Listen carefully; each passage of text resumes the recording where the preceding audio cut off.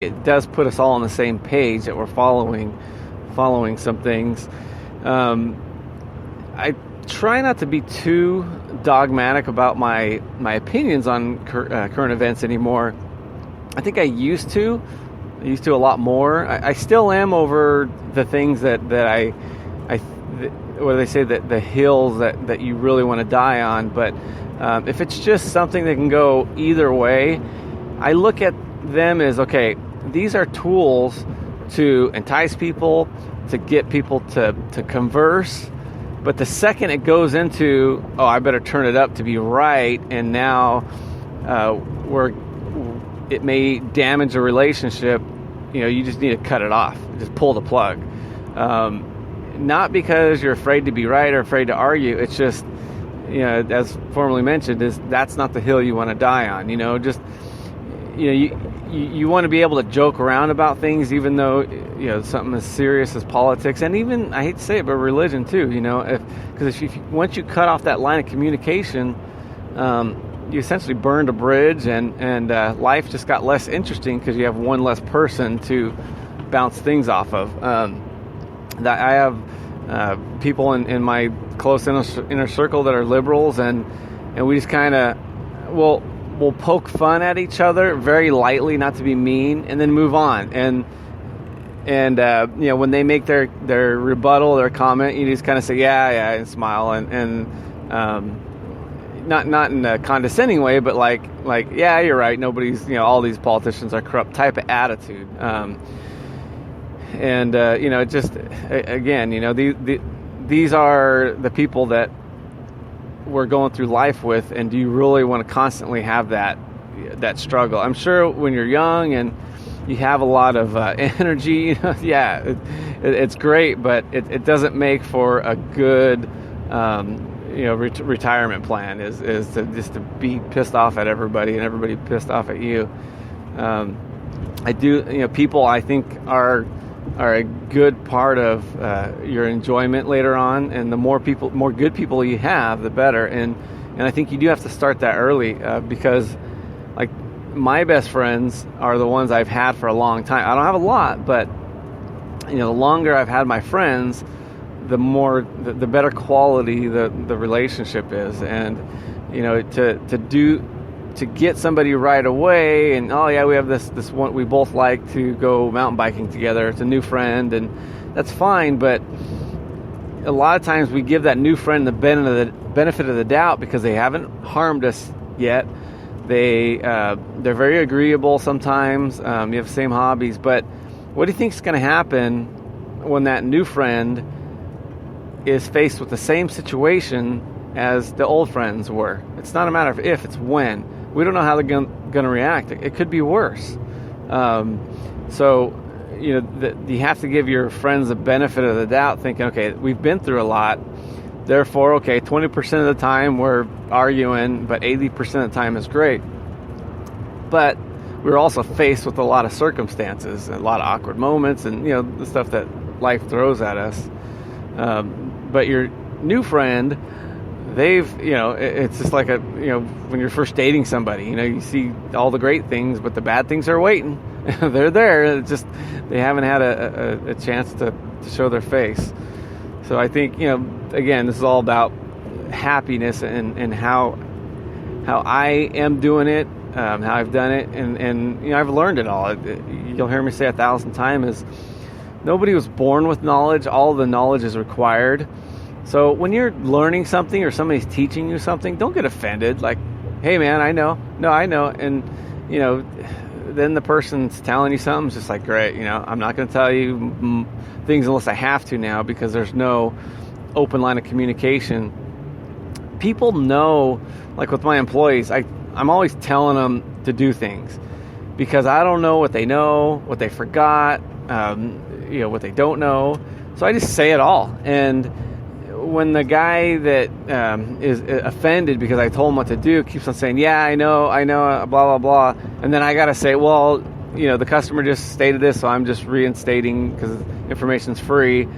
Then we just did, a 5-minute routine on something that should have been about 15 seconds. And the thing of it is I know I'm telling you stuff but I just don't know what it is. I know throughout the day, I may tell you to do 15 things. I know 10 of them you already knew, but I did it because I wanted you to know 5. So in my mind, I know. I'm not calling you stupid. I'm just saying, I'm calling me stupid because I don't remember what I told you.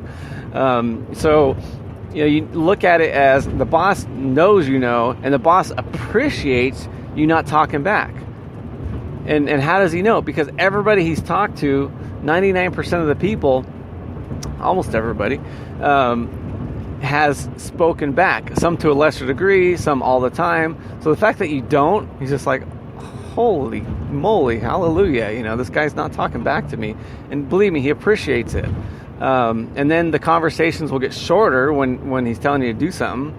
And it'll actually be easier for you because you can tell, you just turn your iPod up. You don't have to listen to him. Just nod your head as long as you know what time it is. This is things that in a relationship too. Old tugs like to waggle.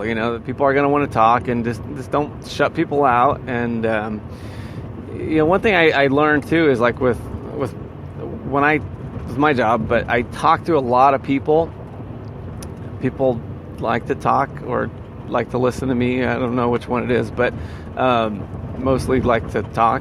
I do get interested in people honestly. I was just talking to an elderly lady yesterday, and she was confiding in me about her husband died 5 months ago. And she literally was trying to explain, because I go, obviously I can't understand it, other than what I could compile with what I've lost in my life. But it's just a weird thing she was saying. She goes, it's like getting your arms cut off, when you're with somebody for that long and they're gone. And and then I found out that she has she's lived in this house since the 40s, and before that, the family used to vacation there, and they bought it, and then you listen to these people, and an interesting story evolved. She's telling me about her husband, and I could have easily just said, hey, I'm done, I gotta go, or not listen, but I'm there anyway. Listen to the story, and if you can ask the right questions and pay attention, their stories will be interesting. Or a lot more interesting than if you just thought, hey, this person is of no help to me, so I'm going to move on. This person's not a status symbol in the world. And then, ironically, I talked to the neighbor in passing, and he mentioned that he's lived in the house, or not him, since 1907. Yeah, he's very old. His grandpa built the house in 1907, and then I'm like, wow, I could have just said, okay, that's great, 1907, everything is black and white then. Or I started thinking, okay, your grandpa built the house, there's no Home Depot around here. How did he build it? And then, he said that he had a cart with big wheels on it. They would cart it in the sand and in the dirt, because this is on an island, essentially, and there's a bridge there. I didn't take a ferry to work. But so he would cart to like the yacht club, get the supplies, and cart it back. And he said, yeah, that cart's still under the house. And I asked, well, it's probably a heavy cart. Back in then, they weren't using aluminum. And he's like, yeah, he tried to move it out, but he couldn't. And, these stories develop, and it's only because of your interest in the person. And, they say a good everybody, if they had a good writer, would have a great story. I think you could take that to your own level, and when you're talking to people, try to get the good story, if for no other reason, for selfish reasons, and it's going to make your interaction interesting. It does take a little bit of work on your part, but you get better at it, and just kind of pretend like you're a reporter, and listen, and people will appreciate it. They say that if you want to make the biggest impression on somebody, we all think of, okay, I got to say this. Oh, what are his hobbies? Okay, jot down his hobbies. I got to talk. One thing I realized is people that are or especially if it's somebody that's a little older or well-traveled, they don't need to learn anything from you. They've spent a lifetime doing that. They just want somebody to listen.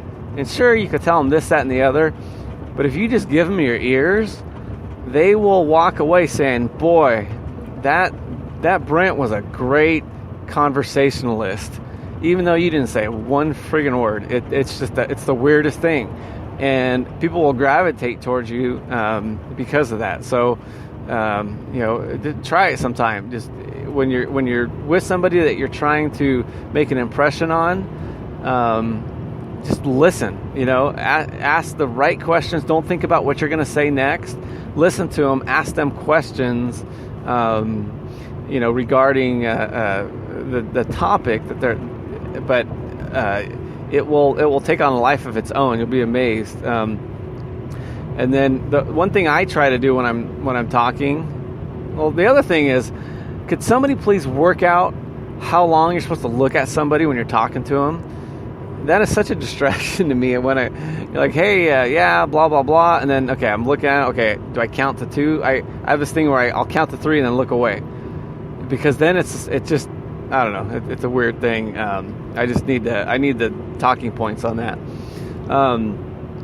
But when I am talking to somebody, I do tell myself, if these people are not asking questions about what I'm talking about, that means they're not interested.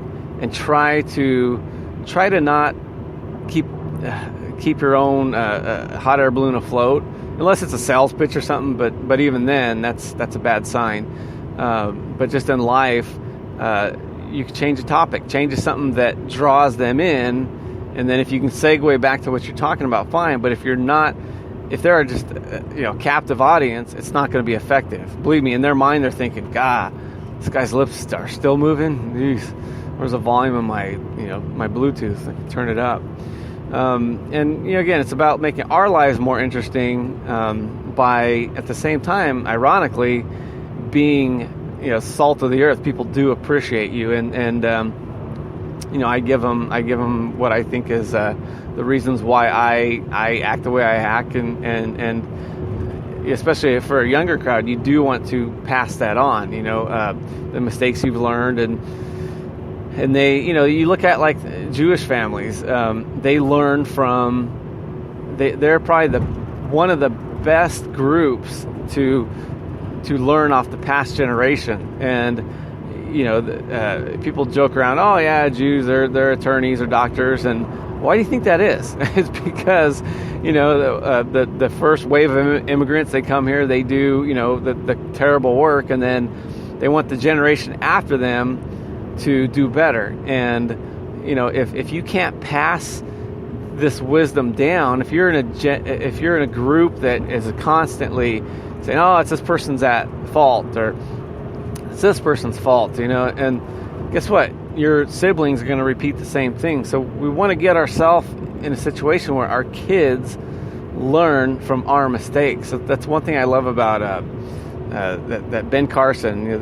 He ran for president. I think he's on the housing committee or whatever. And while you may disagree with his politics, for me, he kind of I thought that he wasn't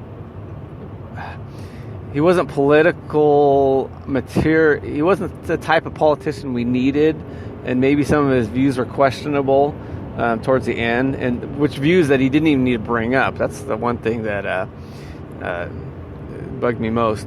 But anyway, I think I liked him at the beginning because I read his book when I was I think in high school, or